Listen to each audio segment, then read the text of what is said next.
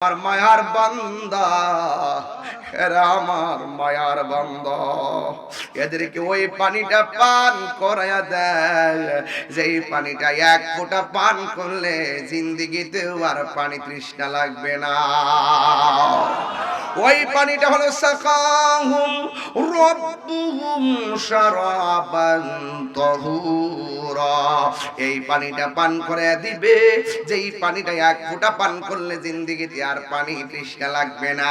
এ আমার শিয়ালুরি কাজী বাড়ির মা, ও আমার হরসপুরের মা, দারিয়াপুরের মা, ধর্মগড়ের মা, ধর্মপুর না ধর্মগড়, ধর্মগড়ের মা, যত জায়গা থেকে আপনারা এসেছেন অনুরোধ করে বলে দিয়ে যায় এই রমজান মাসের রোজাটারে বড় গুরুত্ব দিবেন।